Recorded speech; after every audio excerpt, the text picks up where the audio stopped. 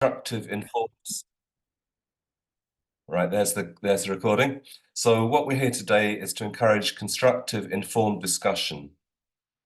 So please bear this in mind when phrasing your questions. We obviously won't accept any insulting or personal attacks of any kind, and we want to encourage us to say positive discussion. So without further ado, can I hand over to Councillor Arthur if he's got his tech ready? Thank you. So can you hear me okay? Excellent. I always worry about this computer. So I'm not very good with Zoom, so let's see if I can... I've got your slides as well if you need me to host my screen. No, I've got it. It's okay. Thank you. So as David's already said, my name is Scott Arthur, and sorry, I'm going to head too fast. And I'm the transport convener here in Edinburgh.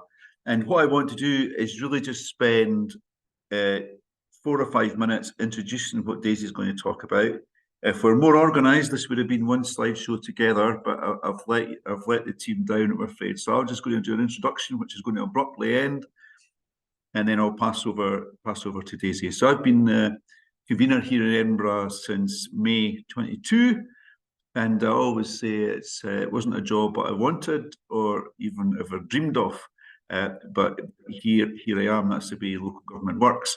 But I do enjoy it sometimes, I have to say. So Edinburgh does face huge challenges as a city. So if you think about what's happening in the city just now, we're very congested. I can see the city centre outside my window here. Very congested city, and that's something we have to tackle. We have to hit net zero, and we also have to accommodate growth. So over the next few years, we're going to build around, we've set aside land for up to 37,000 houses in and around the city. So that's bigger than my hometown of Kirkcaldy. We're going to try to fit in the city. So a huge challenge, and that's going to add to the stresses in our transport network already. So we've got to accommodate that city growth. Another challenge we have is 5-dimensional party politics. Here in Edinburgh, we've got 5 political parties, and on the Transport Committee, they're all more or less the same size. So that means to get anything across the line, we need to have at least 3 parties agreeing. But I think the new councillors coming into the committee since after the last election does mean that the tone of the debate there has improved quite a bit. That's just my perception. And there is quite a lot of consensus now. There's still disagreements, but there is quite a lot of consensus. The pavement parking ban, proceeding with, no exemptions other than those mandated by the Scottish Government, could have been really controversial, and no doubt individual councillors could have made political capital out of it, but we all held quite a tough line and took our city forward. And I think that's quite a powerful message, actually, and one we shouldn't overlook, particularly given other challenges we face. Change is painful. We know that the infrastructure projects we want to deliver come with challenges during that delivery period, whether it be for residents or businesses, and that's something I think we do have to be much more mindful of. And we've seen challenges on CC Well around traders, likewise on Leith Walk around traders and residents. So that's something we do have to think quite carefully about. And the other thing is we have to show ambition while getting the basics right. And what that means is that, in my domain, in our committee's domain, the basics are, I'm afraid, filling potholes, collecting bins, and making sure streets are clean. And sometimes people say, well, that's a bit of a distraction. We shouldn't get distracted with this, and it's the wrong political aims. But actually, I think getting those things right gives you the right to talk about the bigger things. So when I go to community meetings, I'm always happy to talk about potholes, etc. Because if we can convince people we understand the challenges and we're trying to deal with them, that we can then move on to these bigger things, and that's really important. And then the bottom right there is around inequality. So Edinburgh is an unequal city, both in terms of income, but also in terms of access to transport. And that can vary depending on where you live, and also your abilities, whether or not you have a disability or mobility problem.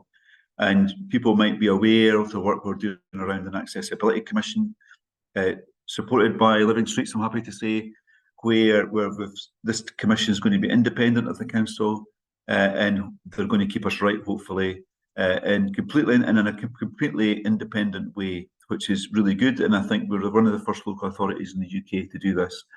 And that's because we've made mistakes in the past, and we do have to get it right. We can't install infrastructure which leaves people feeling isolated or marginalised. The aim should be the exact opposite, is to create that more equal city.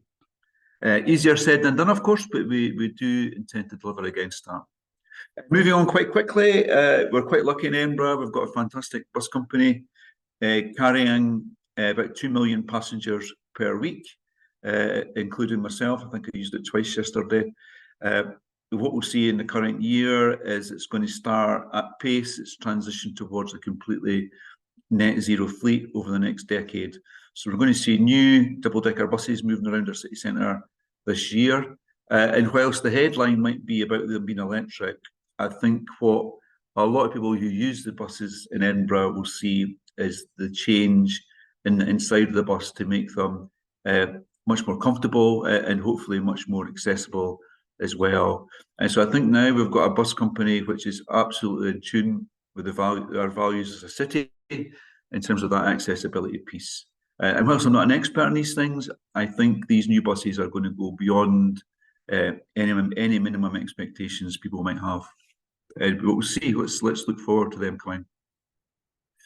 It's not just the bus hardware we're interested in, of course. We want to make sure bus routes are functioning well. So we have plans. This is just a plan here on the screen, but we do have real plans to improve bus journey times in the city, hopefully reduce them by about 25%, and also, just as importantly, improve bus reliability. So that's going to be hopefully in all the major arterial routes into the city. The one not highlighted here is down Comiston Road from Fairmile Head through Morningside into the city, but that is part of the plan, recently added. Nothing to do with me living in that area of the city, of course. So big ambitious plans here. There's some issues just now around the funding of this, but it's so important if we're serious about hitting net zero, and we also do have that target of reducing car use in the city by 30%. And whilst walking is going to be a key part of that, and also cycling, of course, public transport is going to have to do a lot of the heavy lifting if we were to deliver against that 30% target by 2030. And something else that's part of our transport future is extending the tram line, or extending the tram network. So we've got the line now that goes from the airport down to Newhaven. That short extension down to Newhaven has double patronage on the line. And what we want to do in the coming decade is double that again by running a line from Grantham past Edinburgh College, past the Western General, past the retail park, the quarries, into the city centre, past the university, past the Royal Infirmary, and also past Cameron Toll, I forgot about that, and then out to the southeast of the city and perhaps to East Lothian or Mid Lothian. And we'll be consulting on this in the summertime, and this is going to be a huge project for the council, actually. And so really this segues me hopefully into what Daisy's going to be talking about, but we'll see how good we are as a double act. Is last year we consulted on the city centre, and we asked residents right across the city where in the city centre they wanted to see less traffic, where they wanted to see fewer cars. And I think there's a general rule in life, particularly when you're working in local government, is they don't ask questions you don't know the answer to. And this is what people told us. Basically, right across the city centre, they wanted to see fewer cars. And so what Daisy's team did was they responded to that big ask from the public, and we've looked at there was already a plan. We shouldn't forget there was already a plan to reduce through traffic in the city centre. But what we've done off the back of that consultation is we've made the zone we're going to consider for this much bigger, and we're also going to move much faster. So the original plan was for this to be delivered over a 10-year period. Now there's a chance we might deliver all of it next year in some shape or form, The pace of that change is still to be confirmed, because that's to a large extent dictated by the impact the changes are going to have on Lothian buses services, because there's no point in making the city centre a better place to be and spend time if people can't get there, because the impact of those changes are just massive congestion. And actually, I was speaking to Lothian buses about this yesterday. It is something we have to get right. So with that, I'm happy to pass on to Daisy, and then we can come back to any questions people might have. So, Shall I share my screen and get your slides up, Daisy? Yeah, please. I can't figure out how to stop sharing my ones here. Or stop share, there we go. That's fine. Thank you, Councillor Arthur. I think that's been a really good good introduction, and it's absolutely seamless, as if we've practiced this 100 times before. So thank you for that. David, you've given me a very clear brief not to kind of talk too much about the big strategic stuff and really focus in on the city centre and some of the specifics around what we've proposed and what's been approved in February. But if you don't mind, I might just spend a couple of minutes just building on what Councillor Arthur said, just to set the scene, the context of why we've come to where we have with the city centre, because you can't talk about the city centre in isolation, as we know. So just before I jump into that, as an introduction, my name is Daisy Narayanan. I'm the Head of Placemaking and Mobility at the City of Edinburgh Council. I've been in this role for almost 3 years. Coming this May will be 3 years in my role. So some days it feels like it's been 10 years, and some days it feels like yesterday. So it's really a huge, immense privilege to be working on the kind of work that I'm able to do with the council, with the support that we have politically and with the senior team and with my colleagues. So I've always worked quite closely with Living Streets, with other community groups, with other organizations for walking, cycling, work closely with organizations that are that deal with buses, for example. And for me, Edinburgh can only succeed if our transport system, our places are truly multimodal, truly integrated, and truly joined up. So some of the things that I wanted to set out before I go into the city centre is how we're trying to achieve that multimodal approach to our transport system. So we took 4 interrelated reports to committee in February. That was the 1st of February. And the first one was a review of the city mobility plan. So we've committed to reviewing the city mobility plan, which is our policy document, every 2 years. And this is the first review that we had. The second report was the circulation plan, which we call our future streets, which focused on the city centre, town centres, and key arterial routes coming into the city centre. The third report was on trams. So North South Tram, as Councillor Arthur has just shown the map. And I know today we're not going to talk about that, but again, as I said, it's all interrelated.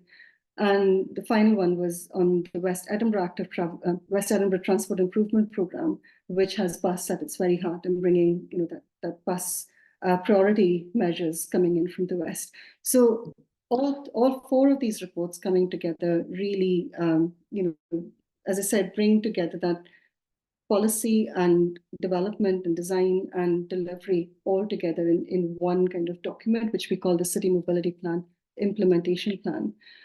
Very quickly looking back for the City Mobility Plan, there's been positive progress against our KPIs over the past couple of years.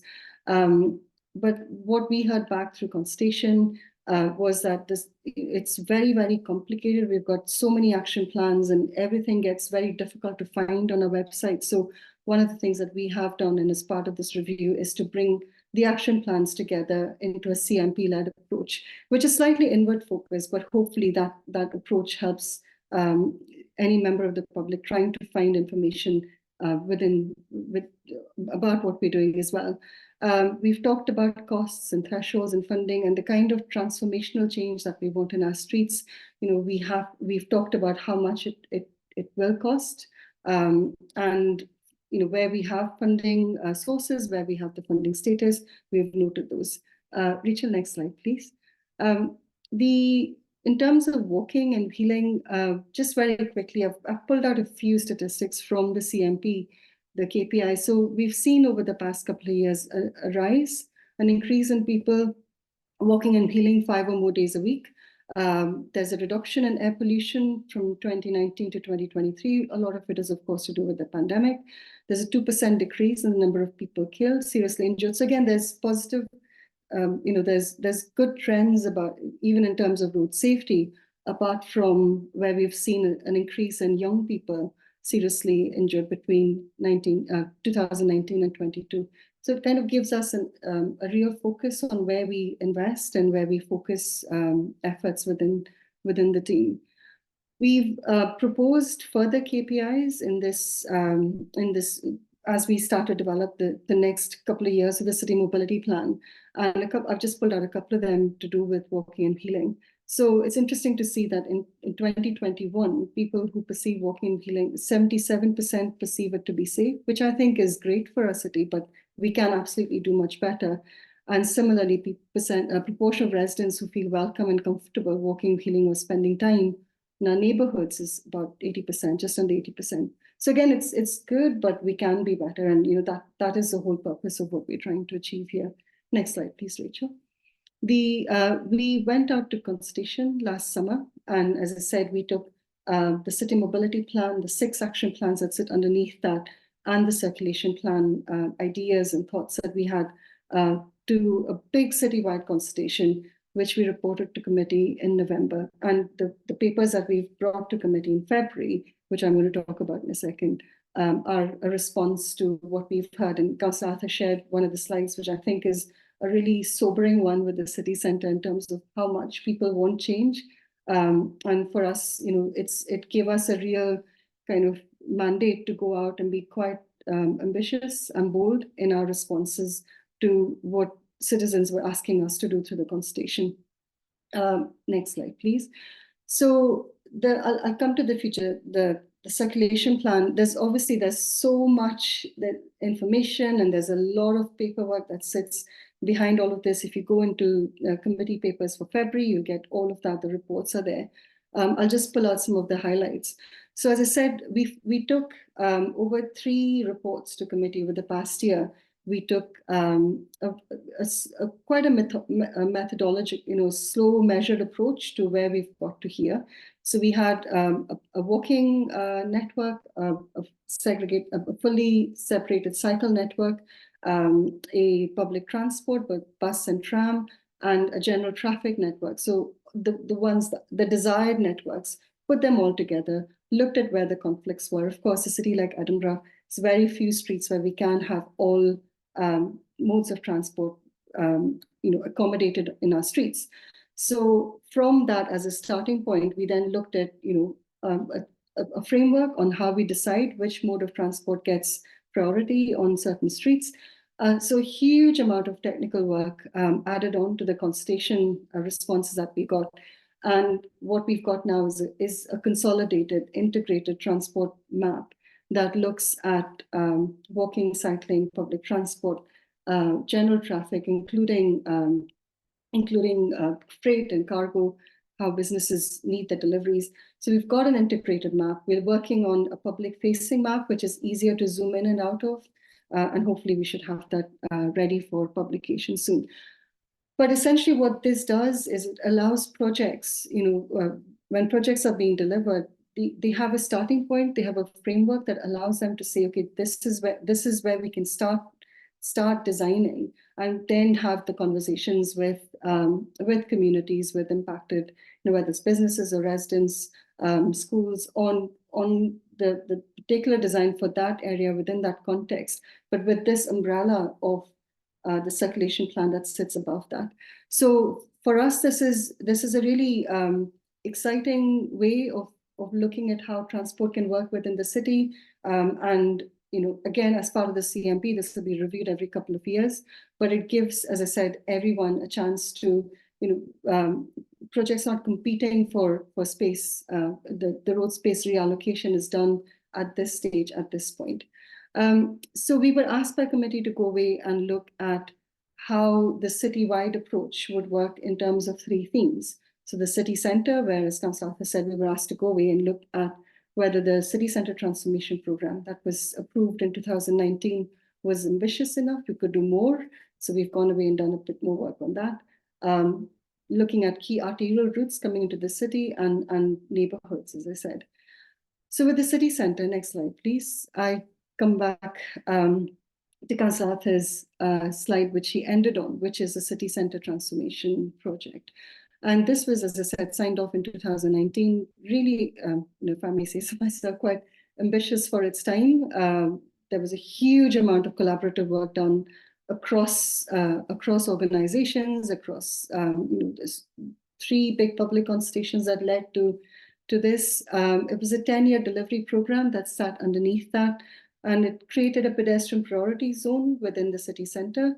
But since this was published in 2019, the council declared a climate emergency, net zero target of 2030, a new target of a reduction of 30% car kilometre reduction target.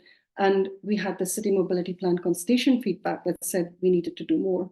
So there's a reason why we said we need to go away and look at further work on the city centre. Next slide, please. So we looked at 4 options, and I'll very quickly talk about the 3 that we looked at and discounted, and then I'll focus in completely on the city centre and some of the details that sit behind that. So the second option we looked at was further restrictions for traffic on the bridges corridor. So as you can see in the bridges, we've taken general traffic out in option B. And the next slide, please. Rachel, option C, we took further restrictions. So we kept the bridges corridor free of general traffic, added on Cowgate and Canongate as close to general traffic. Next slide, please. And then we looked at an option D, which is a 4th option that took in more of the quarter mile. So again, it extended the pedestrian priority zone and further away from the meadows. Next slide, please. And there was again, very quickly, there was an appraisal done for all these 4 options. And the appraisal was done based on the place value. So how can we maximize opportunities for improving place value of the streets? How can we reduce through car trips? Evaluated on operations to ensure that the operational requirements of all users were met. And we looked at the sustainable mode share. So how can we maximize the modal share of city centre trips by sustainable modes? So once we appraised these 4 options based on that, the recommendation that we took to committee in February and that was approved was, next slide, please, Rachel, was option C, which is, hopefully you can see that it's a bigger slide. I'll talk a little bit in detail about this, if it's okay, David. I've come to your brief, I promise you. So there's a bit more detail that's underneath here.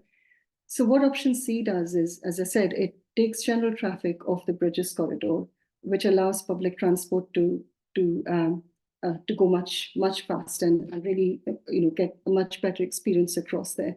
It potentially has better outcomes for places like Piccadilly Place, as we know.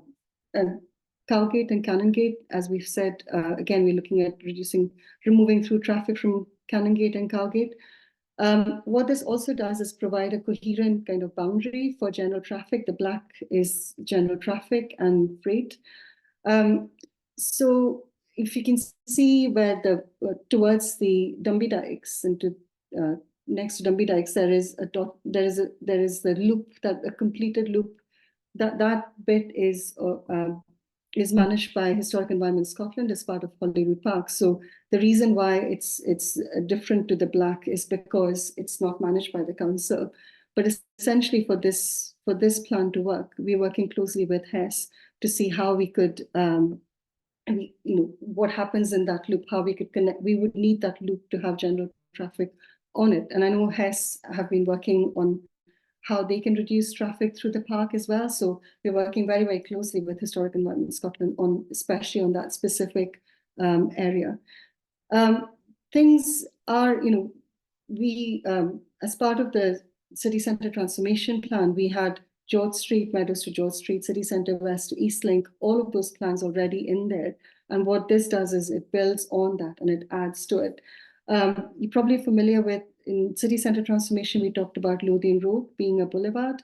Now that this plan is approved and now that we're going to go away and explore the detail that sits, on how to approach this and implement this, and the operational plan that sits behind this, there is a real significant impact on Lothian Road in terms of general traffic.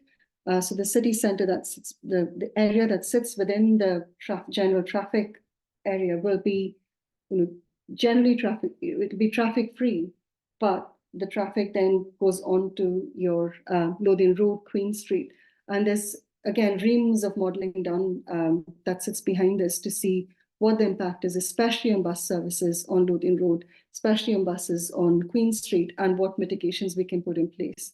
Also with Lothian Road, how do we make sure that people on bikes are kept safe? So segregated cycling has been proposed on Lothian Road as well. So some of the ideas and concepts that came through as part of that boulevard has to be re-examined and looked at again. Very quickly, I'm looking at my notes to make sure I'm not missing any of the details. So some of the additional measures that are being looked at through this is the additional space and priority given to those walking, wheeling and cycling on Cowgate and Grassmarket corridor by introducing traffic restrictions on the Cowgate. And some of that has been trialled already through the Summer Streets program in the past. So it's again building on some of the data that we already have through that. Again, to be very clear that local access will be maintained for those who live there, for businesses. All of this is to ensure that people who live there and work there can thrive. So the operations plan that we've been asked to go away and look at is very much focused on ensuring that those who live, work, play, and work within the city centre are able to do so and are able to thrive within there. Looking at buses, potential east and west bus terminus to reduce vehicle dominance on Princess Street. Again, we have to work very, very closely with Lothian Buses, which we're doing, to ensure that the bus service that we are so proud of in the city and that is so fantastic remains. So some of the discussions have been around, regional buses potentially stopping at the termini, keeping the local buses going through, and starting to look at how the network, working with Lothian Buses to see what the network could look like. Southbridge, as we know, doesn't work for anyone right now. It doesn't work for people on foot, on bike. If you're mobility impaired, visually impaired, the bridges corridor really needs to be looked at. And this it gives us that opportunity to widen the pavements to really make that corridor into a real place, what it should be and what it could be. We've also talked about potentially looking at Carlton Road and that junction up at Carlton Road leading into Leith Street and to the back of the Waverley station entrance, and maintaining access to the station, but potentially closing access, restricting access at that Carlton Road entrance to ensure that people are kept safe, because that junction is not very safe for anyone at the moment. So quite a lot of, as you can see, there's a lot within there. There's a lot that sits underneath this. There's a huge amount of modelling work that's gone on to get us to this stage. We know that it could work, but it will take a lot of careful planning. It'll take a lot of careful, in terms of operations, a different way of looking at how operations could work within the city centre to really make this the success that it could be. We're looking at other cities, for example, Ghent, and seeing how they've tackled it. They took 2.5 years of development work, and over a weekend, they implemented the circulation plan. Is that something that would work for us? That's the kind of work that we're going out to look at just now. Or do we have it as a more phased approach, a more zonal, more spatial approach to implementing this? Looking at things like permits, for nighttime workers, for example, are there different ways of how we can provide permits for people to be able to access businesses, access where they live and work as well. So again, there's a lot done to get us to this stage, and there's a whole lot more to do to get us to the stage, as Councillor Arthur was saying, to come back to committee with an implementation plan and an operations plan. I'll stop on the next slide, Rachel, if that's all right. Hopefully this has given you a whistle-stop tour of the city centre, but I wanted to touch upon the neighbourhoods as well. So we're looking at a livable neighbourhoods stream of work, which is very much focused on walking. So things like drop curbs, junction tightening, at crossings, looking at schools, quiet route interventions for school streets and school zones, How do you prioritize this across the city based on areas of deprivation potentially? Low car ownership. So again, in terms of neighborhoods, very much working with the 20-minute neighborhood concept, 20-minute neighborhood team to ensure that, again, walking is at the heart of our approach to making our neighborhoods better to get around. So if I stop here, Rachel, I'm happy to take questions. As I said, I've kind of given you a whistle-stop tour of all that sits within there, but happy with Councillor Arthur to take questions. Should I keep the slides up, do you think, or happy to stop sharing? Maybe if needed. I suggest, Rachel, if you can keep them up, but is it possible to for either yourself or Daisy to make them full screen on the slide share? Yeah, I was just conscious that it would be harder for me to look at things like comments and stuff if it takes up my entire screen if I'm doing both at the same time, if that makes sense. Yeah, okay, that's fine. We've had a few comments, as you may have seen. Some of the detail is quite difficult to see on this screen, but we'll do what we can. Do you think we could share these slides after? Yeah, is that allowed? Happy to share them. Yeah, okay, we can send around a slide deck after. If you don't mind going to, I'm sure the questions will be about the city centre. So maybe option C, which is a full screen map, that could be better. Right. Well, thanks very much, Daisy and Scott. It's great to see lots of questions are piling in. This is going to be quite challenging to take them all. But let's see if we can get started. So the first ones, I think that you've certainly addressed and people are clearly concerned about is about how traffic will cross the city. So first of all, there's the option C, which you've got on screen there. There was a question about whether traffic can be dispersed more widely across the city. You mentioned that Ghent had been, in Belgium, had been looked at, but of course, Ghent, like many other cities in the UK that have a ring road, it's relatively easy to push traffic onto an inner ring road, which Edinburgh doesn't have. So, could I focus particularly on the east side? You mentioned that the Holyrood Park bit isn't included. So how do you see somebody driving, or somebody who needs to drive from, say, Gilmerton to Pilton or something like that, along the east side of the city? Is that, and what are the implications to the park? I don't know. Scott, did you want to pick up some of that, or I can? You start, Daisy. I'll come in. It's fine. Yes, thank you. So I'll pick up first of all about the comparison with Ghent, for example. I'll start with that, and then I'll pick up some of the points I've just raised. So first of all, we've taken inspiration from lots of cities, Ghent being one of them, and we were lucky enough to have a colleague from Ghent come and present to committee as well about their experiences in delivering this. However, we're very, very conscious that Edinburgh is not Ghent. Ghent is not Edinburgh. The ring road is definitely, they have a ring road, we don't. They also, it's a flat city. We've got our topographical challenges. So yeah, it's a very different city, but some of the challenges are similar, and some of the points that we've used, we've learned from them as well. What we've done with this is essentially Lothian Road, Queen Street. These are streets that have the capacity to take additional traffic, which is why we're saying that that's where traffic will go. We are very, very keen that those streets don't become absolutely rammed with traffic, and that's why mitigating measures such as bus lanes and segregated cycling will be put in place especially on Lothian Road.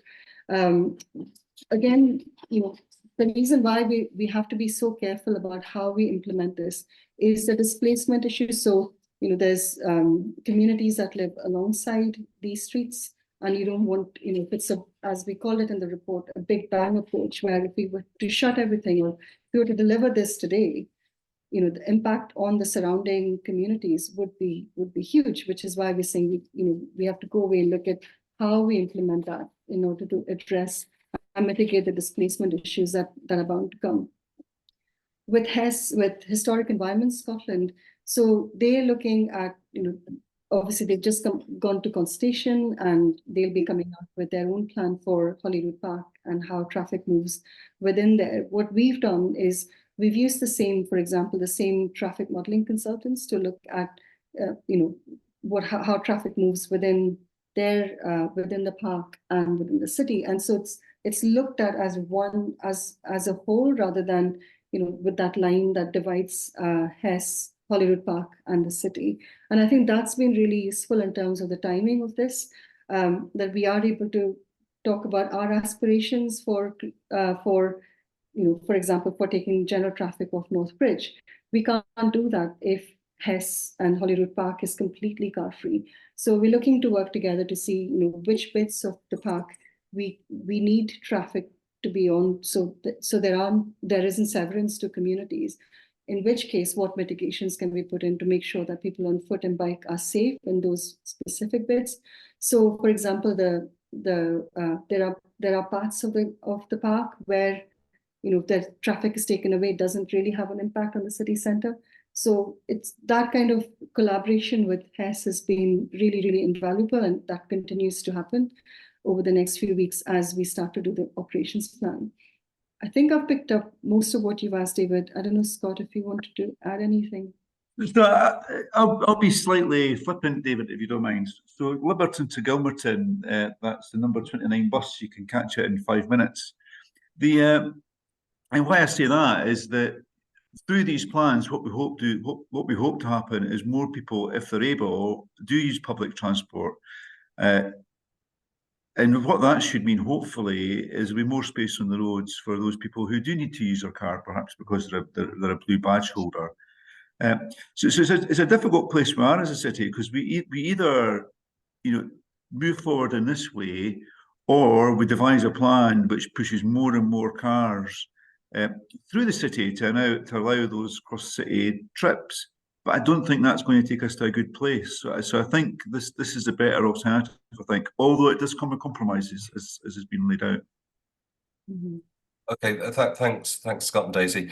I maybe should have said right at the outset that I think we all recognise that there are no easy solutions to Edinburgh's transport problem, and there will have to be compromises, as I think I've heard you say yourself, Scott. And sometimes you hear simple solutions presented, but they really aren't viable simple solutions. So we recognise the challenge that you face. I'd like to just go on to another specific street then, which people have raised about Piccadilly Place and Elm Row. So this is widely, I think, felt to be pretty dysfunctional. How do you see the plans affecting these streets? So Piccadilly Place isn't working well just now. We are going to. I have asked that a report comes to the committee in April to look at some of the issues which are arising there. I've went through this with the council team, and the feeling is that there probably is things that can be done to improve Piccadilly Place, but the likelihood is they're going to have quite incremental benefits. So I think the challenge we're faced is just the volume of traffic in the city. And even if we do try to, and one of the things we are looking at is allowing the turn on London Road again, but again, that'll just be an incremental change. The changes that Daisy has outlined, certainly in more detail than I did, is going to change Piccadilly Place, because just now Piccadilly Place is a three-way junction, quite a fancy one, but it's just going to change it more or less to a straight through with a turn up Leith Street for people who want to access the St James Quarter there. So it will change it quite a bit, without a doubt. And then the question comes, well, do we still need a gyrator there? Is there a better use of the space? I think that question is probably best left for another day. So there is an opportunity to use this to get things working better in the city. But the underlying problem we face is the volume of vehicles moving through the city. Yeah, just to add to what Councillor said there. So, there is the modelling that we've done, the traffic modelling we've done is for traffic as it is today, and then with the policy objective of 30% reduction in car kilometers, 30% reduction in traffic. So we need to make sure that, this is one part of the jigsaw. There's a regional dimension to this. There is a huge amount of work that needs to be done, park and rides, how people move into the city, come to the city center. There's a way for people not to come through the city center, but to travel in a different way. So for this to work, we need to make sure that there is an overall reduction in traffic as well. And this also leads to that overall reduction in traffic. So that's where the implementation plan comes in, and how we phase this change. Really keen, I don't think I touched upon consultation and engagement when I was talking about what happens next. We're very, very keen to make sure that, some of the concerns and worries that I've heard already are about accessibility for those, for those who need to drive, for those who live within the city center area. Are they able to drive? Is this going to be a car ban? And it's absolutely none of those. The whole point of removing through traffic or reducing volumes of traffic is for those who need to drive can still drive. In fact, it'll be easier for them to drive.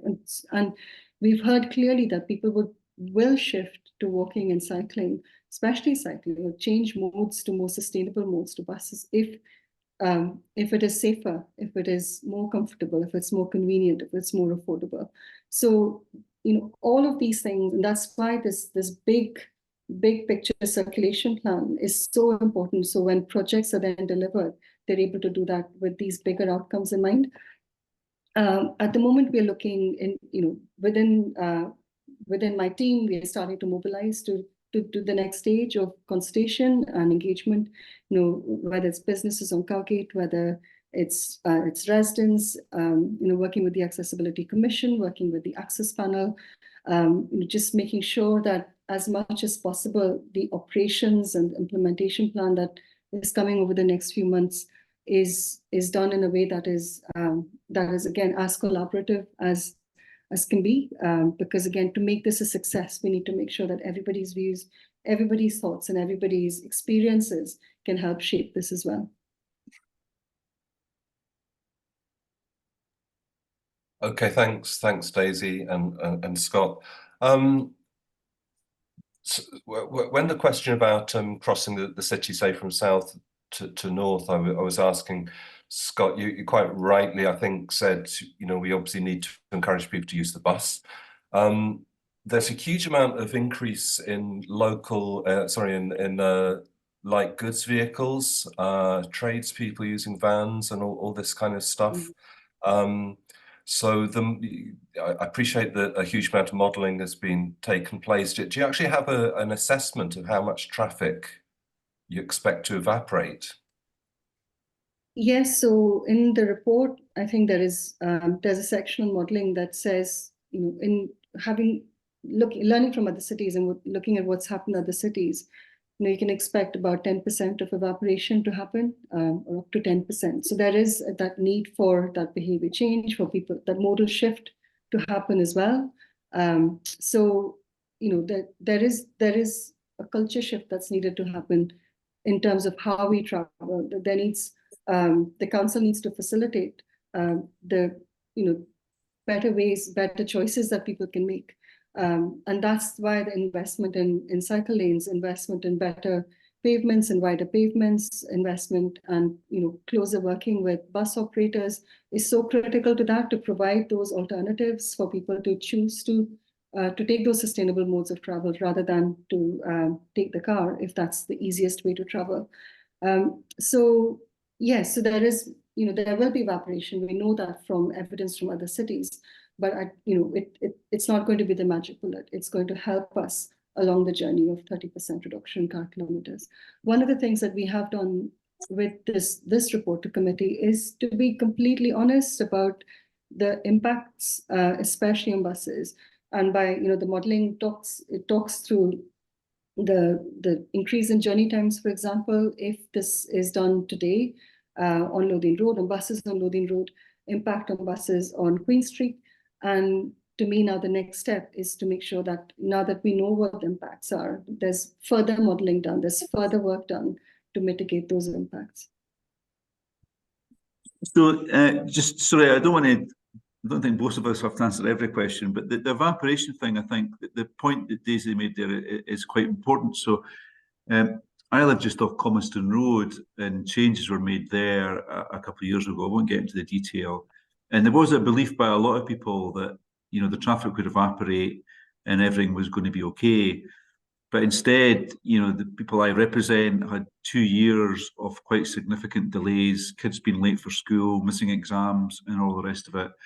And what that really taught me is that traffic evaporation isn't really a natural phenomenon. We have to design these schemes well and make sure people really do have an alternative to get to wherever it is they want to go to.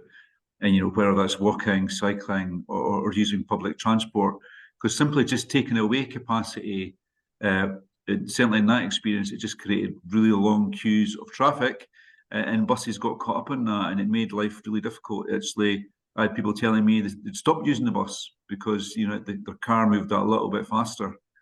So we do have to think this through, and I think that's the level of maturity we're bringing to this. In terms of deliveries, just as Daisy was doing her talk, I did just glance at my phone, I'm afraid, and Amazon have been in touch because they want to talk about how they operate in the city. And something I'm quite keen to see is that couriers ensure their vans are full more of the time, and even work together to make sure we've got fewer vans in the city centre completely, and perhaps also using things like cargo bikes as well. I know that's not always possible, but I think that is part of the kind of delivery ecosystem that we will move to in the coming years. Okay, thanks again both. Right, I am struggling a bit with the chat, which is great because there's so many questions, some of them going back to quite things we've already discussed. Can I just check about that I understand properly about buses for some of the streets that will be closed through traffic? So particularly Canongate, as you know, Daisy, we've long sought better the environment in the Cowgate and the Canongate in particular, both of which are kind of really look crazy to have so much traffic on them. There are buses on the Cowgate. Would they be continued? Because I remember when there was a closure, I think just before COVID, during the festival time, that was one of the biggest single problems that local residents there complained about, the removal of bus services. Yes, thanks, David. I mean, that's the level of detail, the next level of detail that we need to work out with, you know, especially in Cowgate, because we've agreed that we will have a trial for Cowgate closure this year. So yes, I mean, my intention is that bus services remain, because that's how we, you know, as Councillor Arthur was saying, we need to make sure there's alternatives for people. How that area is designed, you know, I'm hoping to meet with Parliament as well in the next couple of weeks, looking at, you know, it's a very busy area, we know that, and that whole area is difficult to, when you think about just closing it off, it's really difficult to imagine how people would move and how goods and vehicles would move. So again, that kind of, you know, next step of carefully looking at where and how, whether it's time closures, whether it's through, you know, through one-way systems. There'll be different ways of making that whole area operate. So that's the next step. I mean, we've closed Cowgate before. I think there's been a one-way system in place during the Virgin Hotels when it was under construction. So, you know, there is data that we can draw upon, and, you know, things that have worked and haven't worked in the past. So that's what the team are going to be looking at just now.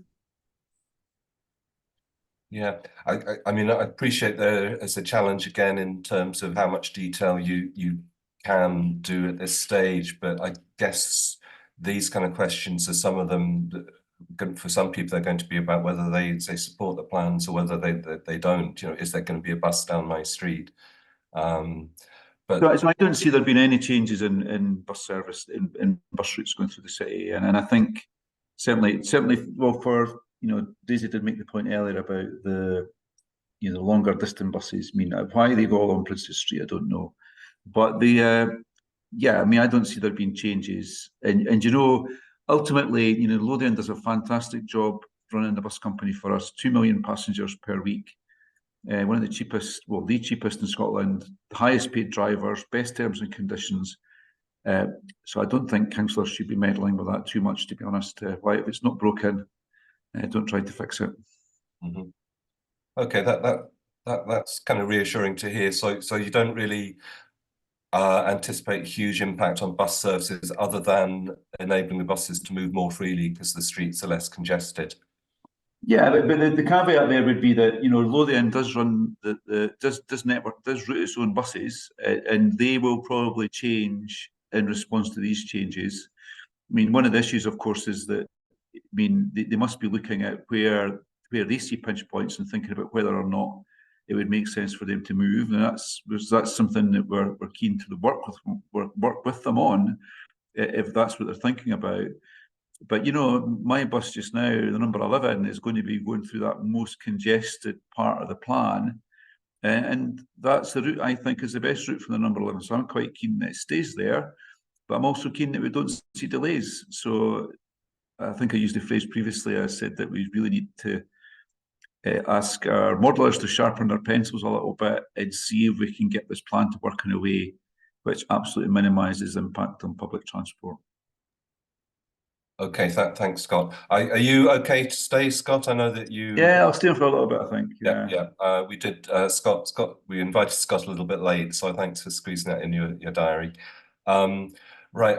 I'll just go on to try and catch up on some new messages. But one I want to just refer to, which a couple of people asked earlier, was about business responses. So in particular, people on the bridges, people who have businesses on the bridges, what have their response been? And somebody also made the point, I think, relating to George Street, that a lot of people in George Street say there'll be no business if people can't park. I mean, I think we know that actually pedestrianised areas often work extremely well for businesses. And Edinburgh is almost unique, I think, as this kind of size and historic city to not have any pedestrian areas. Basically, currently, it's really anomalous. But what kind of reactions or responses are you getting from the business community on the streets most affected, Daisy?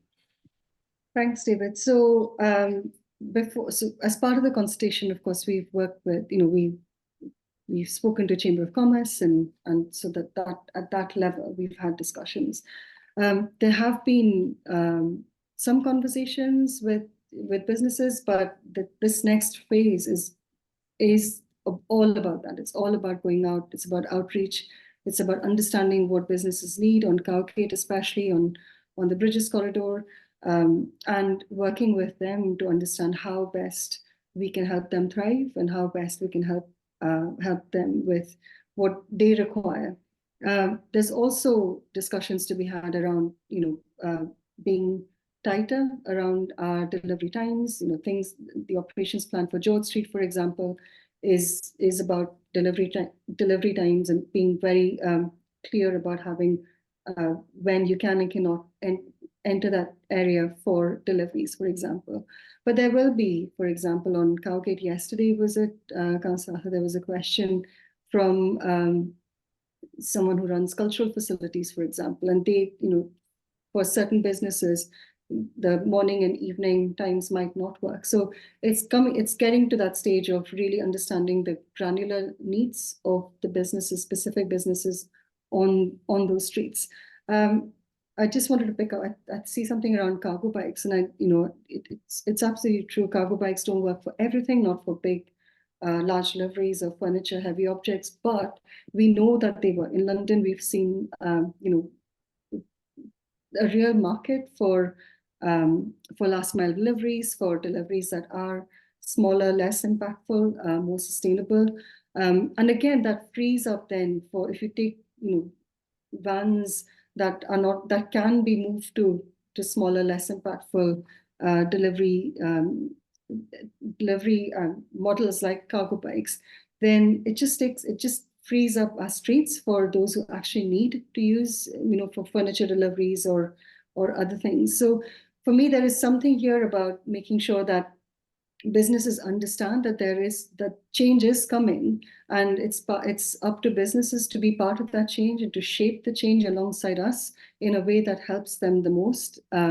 Learning from places like London, which have done, they're thriving in terms of, you can see, for example, how pedestrianized areas are thriving. You've got your pedestrian pound living streets document that gives us evidence from across different cities. So yeah, I'm really excited to start this conversation with businesses at this level to see what they need and how we can make it happen. On George Street, yes, there's discussions around parking, but as you've said yourself, parking is required, but I don't think there is a direct correlation between parking and thriving businesses. So I think on George Street, largely businesses understand, I think, that if we get this right, it really will work for them.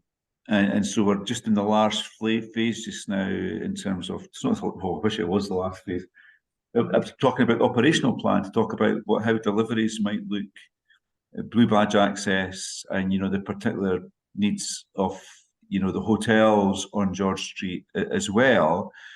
But I don't want to tempt fate, but I've not had any business on George Street contact me to say they're really concerned about what's happening. Some have questions, particularly around deliveries, etc. But I think most of them understand that what we're trying to do is create a space that's better place to spend time, and they know, because they're in businesses, if people are walking through or lingering in an area, they're much more likely to spend money. And so that's what we're trying to do in George Street and right across the city centre. Cargo bikes, we've already got far out deliveries, taking deliveries to lots of bakeries in the city every single day. Quite lightweight food, bread, of course. Taking bread to, not bakeries, shops, sorry, from bakeries to shops. And we've got a company called Zedify, which does cargo bike deliveries of parcels. And I think it's FedEx or DHL also do it on a commercial basis in the city. You can argue, perhaps rightly, for some of these companies, it's maybe a bit of greenwashing, but I think it's good that at least the concept has been tested, and we can see if we can get it up to speed in Edinburgh. Yeah, and just to add, sorry, I mentioned the Chamber of Commerce, and we've talked about changes that are coming or that need to happen within our city centres for businesses to thrive. And they completely get it, and it's almost it's such a positive discussion that I had last time I had with the chambers. I went and presented not this plan, but some of the consultation responses and some of the early thinking around what needs to happen. And it feels like there is a sea shift in thinking around this kind of work. 5 years ago, I think it would have been a very different conversation to what it is today. I think the climate emergency is really focusing people's minds on the fact that change needs to happen now. If I step back, the Council's climate strategy is net zero by 2030, and for transport to play its part, we need to move 12 times faster, which is a very, very sobering statistic for us, especially given the fact that we need to take people along with us in this kind of change. I see there's a comment, sorry, I'm kind of very quickly skimming through about petitions and opposition to anything that we bring forward in terms of change. So that balance of the urgency of change required and the fact that we need to ensure that people understand why, and that we are able to mitigate against any unintended consequences. It's a real difficult, complex, complicated task that I'm very lucky that I have fantastic colleagues who are working on this at the moment. So I'm really keen that organizations like Living Streets and other campaign groups, I know Councillor Arthur spoke at the spokes meeting yesterday, for example, can come and help us to make the best that we can for the city centre. Everybody wants the best for this amazing city and for the city centre. So it's a plea from us as well. Please talk to us, send me your ideas, your thoughts. If it was easy, it would have been done by now. it's not easy, and we need to come together to make this happen. Yeah, and can I just add to that very quickly? Is that it's worth noting that, you know, in terms of these plans, that there wasn't complete support in the Transport Committee for it. There was people who voted against it, but what there wasn't was an alternative plan. There wasn't an alternative plan to deal with the congestion we have just now, or that growth of the city and the surrounding local authorities, which is going to come in the next decade.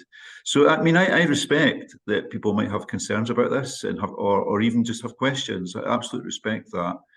And as Daisy's outlined, we've got great people working on this, but this is the best plan we've got just now to deal with those challenges. Doing nothing isn't really an option, because there's just going to be more and more problems. Things like George Street look quite daunting and quite challenging and quite worrying. But if you look at Princess Street, I mean, there's nobody asking for cars to go back along Princess Street now. We made that decision. We've moved on. Sometimes people feel there's still too many vehicles there in terms of those out-of-town buses.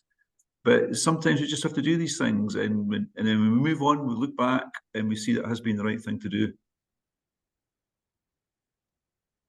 Okay, thanks again. I think just regarding the cargo bikes, it might be interesting, perhaps wise, to do some of the modelling about that. I'm a little bit sceptical, I've got to say, that that will result in an awful lot of light goods vehicles coming off the road. But can I just go back to the real big ticket stuff then that you started talking about there, Daisy? The 30% target to reduce car traffic from 2019 levels, I think. It's widely considered ambitious, sometimes unrealistic. There's no evidence that we're heading towards that trajectory yet. And a lot of the things that we're looking at, like trams and so on, won't even be in place by then. But also, it was, I think, important that Scott Arthur referred to the growth of the city, that whether we like it or not, and you know, it's actually a good thing for Edinburgh that people want to come here, live here and work here. But the city is growing and the surrounding areas are growing. So we can't just carry on as we are, even if you take a sort of motor-centric view, which of course we don't. So is this target realistic, to reduce traffic by 30%, and how is this going to contribute? And just to throw in one other question alongside with that, which was asked, was about timescales. What are we looking at? Because you talked about the kind of big bang approach against the sort of incremental approach. I'll pick up your 30% reduction to start off with in terms of the target. It is difficult. It's not an easy one, and it's not so much of it is not completely within our control as well. So that's why we're working very, very closely with national government and with our neighbouring local authorities to ensure that, you know, we are as joined up as a region, because so much of the traffic is also based on the growth of the regions as well. There's a regional group that we sit on that looks at, you know, the regional strategy that feeds into this. I think as a region, Sestran have adopted a 20% reduction of car kilometres within their strategy. Of course, Scottish Government have the same. So, you know, to me, there is, for the first time, I think in a long time, there is a real alignment between local, regional and national policies, which gives me hope for the fact that we're all wanting to make sure that this is happening. There's a change in people's travel patterns, you know, post-COVID, so many people working from home. That what is happening post-COVID, that the changes in patterns have not quite settled yet. You're seeing, you know, more people traveling in on the weekends, for example, on buses rather than during the weekdays, and you know, the peaks are changing as well. So there's a lot of data collection that is ongoing and will continue to happen to feed into what you know, how we address that. We're working close. I think Scottish Government have done a piece of research, or they're doing a piece of research, which they'll publish shortly on their roadmap to 20% reduction car kilometres. And we'll, you know, very, very closely follow what they're saying, and hopefully that will help. help us as well. So there's a lot in terms of that, the wider, bigger picture that needs to feed into this. You know, we've always said that to pedestrianize the Royal Mile, you need a regional solution. It can't be done just as that one street. I don't know, Scott, if you wanted to add to that at all. So the 30% target for, well, the 20% national target for Scotland is, most people accept, is going to be incredibly difficult to reach, and there is quite a lot of cynicism about, you know, whether or not it's more than a target.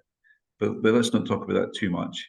So, you know, so a big part. So the city centre stuff will be a step in that direction, but the thing which really should underpin it is the bus priority work, which I touched on one of the slides about those key arterial routes. You know, increasing bus journey times by 25%, extra capacity and more reliability. So that is an absolutely key part of it.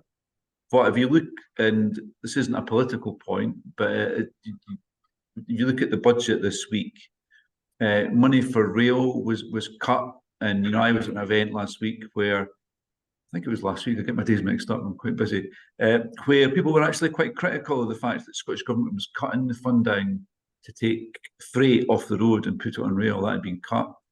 The other thing that was cut was that bus partnership fund money. So the money that helps us put the bus lanes in place, that's been paused for a whole year, so no spending on that.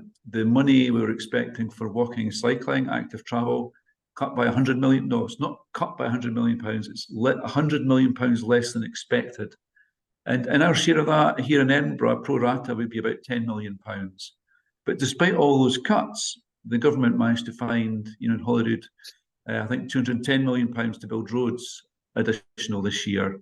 And the reality is that money is not going to be spent filling potholes in Edinburgh.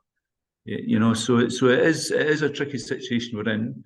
So in a lot of ways, I mean, a simple statement would be, well, if you pause the bus partnership money for 1 year, you're pausing your traffic reduction target by 1 year as well, because there's no way it can be achieved nationally without investing in public transport. And meanwhile, in West Edinburgh, we've got the need for a train station at Winsborough, which everybody wants, but nobody wants to pay for it. Sorry, rant over. Yeah, we'll just keep clear of the sort of political side, but I think we all understand the context that you're working in, Scott. I mean, the other side, though, to that is that whether it is really realistic for any of these targets, 30% in Edinburgh, 20% nationally, without a significant change in the way that motor vehicles are taxed, so congestion charging, road pricing, that kind of thing. However, let's leave that for now. I want to pick up a couple of things that people have said. One, just getting back to, we've not talked very much actually about walking, which is obviously what we're kind of basically here to discuss. So there was a comment that somebody was astonished at that 77% of people feel safe walking, particularly related to trips and broken paving stones and so on. So we appreciate that there will be very significant improvements to some of the pedestrian environments on the streets that you've talked about. What about just the regular pavements that in many cases are dreadful? And, you know, that has been a legacy for decades, or actually probably hundreds of years in many cases, both in sort of local town centres, the city centre, and sometimes in residential areas. I know, Scott, you have been actually quite consistent about saying that pedestrians come first in the hierarchy, but we don't see that really in terms of our kind of everyday experience. How can we see that change? So in terms of just general road and footpath maintenance, so when I first became convener, I did ask, and I can give you a clip, I did ask the officers, you know, how far short we were in terms of funding for road and footpath maintenance. And at that point, the officer said that to keep things as they were, I'm not saying where we are is good, but to keep things where they are and stop them from deteriorating, so not better, not worse, would take an additional £8 million per year. And so in the budget last year, we added £11 million to that budget, so that takes us a little bit beyond that minimum expectation. And this year we added a further £1.5 million to that budget. So the budgets went, well, what I inherited was around £11 million per year. This year with the budget setting, it's up at £23.5 million per year. So it's more than doubled. Last year we resurfaced about between 500,000 and 600,000 square metres of roads and footpaths. And then hopefully this year we'll do the same again. So, but we're still not in a good position. Our own data shows that things are starting to stabilise. You might not believe that, and I wouldn't disagree with you if you didn't believe that. But we need a few years of a continuous investment just to get the roads and footpaths into the state we want them. And then along the way, of course, we want to do things like widening footpaths as part of the schemes that we've been talking about. Dropping curbs. I mean, I think the number of curbs we dropped across the city last year was 57, if memory serves me right, which is embarrassing, to be honest, and it'll take us up until, I don't know when, if we keep on replacing them at that year, how long it would take to replace, I think it's the 18,000 that are outstanding in the city. So there's a lot of work to be done, but it does need money. So we are hopeful there'll be more of a steady stream of active travel funding from the Scottish Government, which will be easier for us to access, notwithstanding that budget position this year where it's 100 million less than we expected.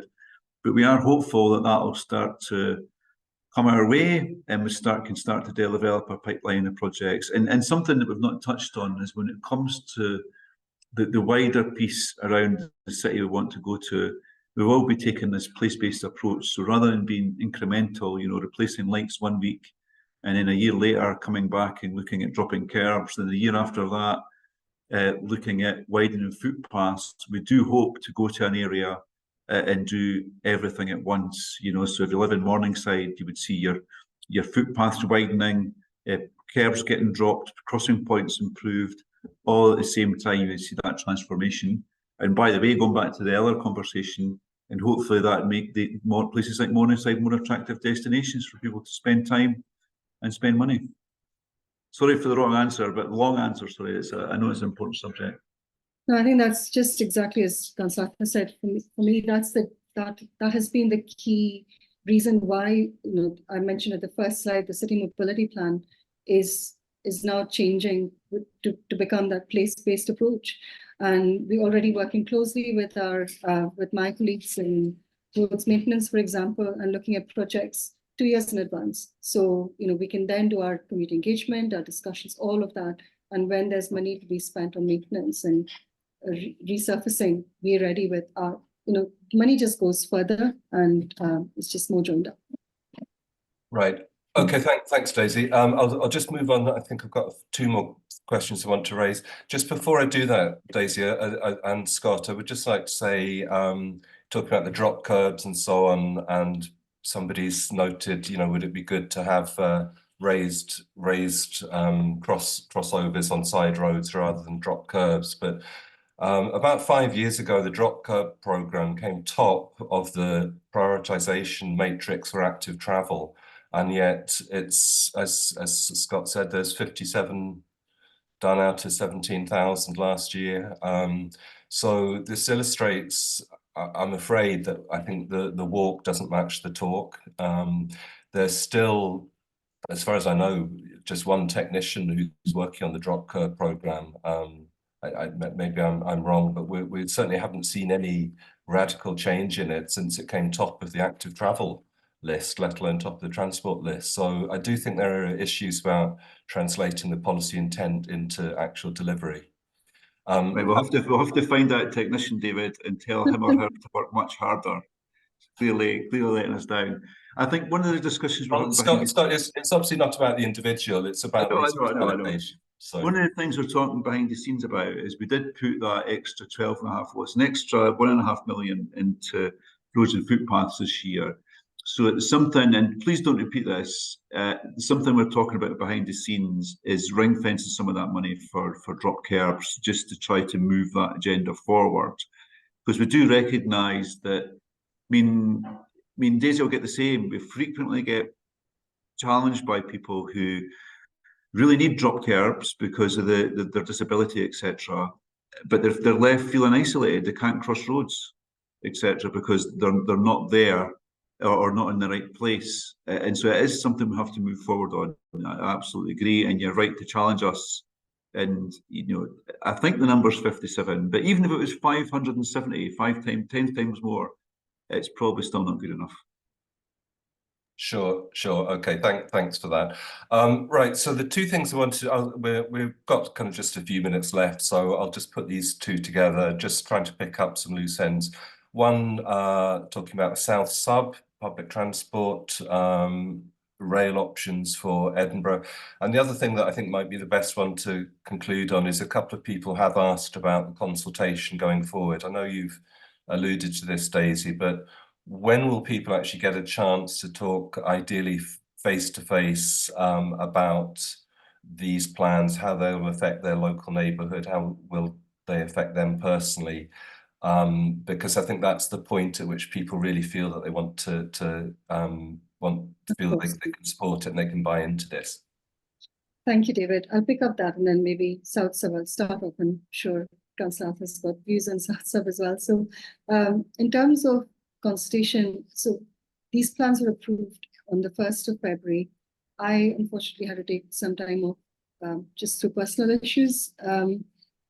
And I was hoping that by the time I came to this meeting, we would have had our plans ready for the next stage. Not quite there yet. I'm picking up with the team over the next week on basically where the workshops will be held, how they'll be held, the resourcing that sits behind it. We need to apply for funding. So all the stuff that happens behind the scenes is happening right now to make sure that when we go out, we are as ready as we can be and we're ready to take on feedback and then run with it as soon as possible. So please bear with me. I'm sorry. I was hoping I'd have some specific answers to that today, but I will, we'll make sure that you're aware and you can share with your networks and Living Streets networks when we are ready to do that. We are hoping to rely on community councils as well, work with community councils as we do already, work with businesses, hopefully looking to get some outreach support so we can actually go in and speak to businesses one-to-one, face-to-face. So yes, there is that piece of work is happening in the background to kind of structure that conversation as best as we can. It builds on the CMP. I'm worried sometimes that people forget that there was a big 3-month citywide consultation last month, and obviously it wasn't for the detail, but we've had that conversation. We've got that structure there that we can build on as well for this next level of granular conversation. So I'll keep you posted on that. South Sub, yes, we have been talking to Network Rail colleagues on South Sub.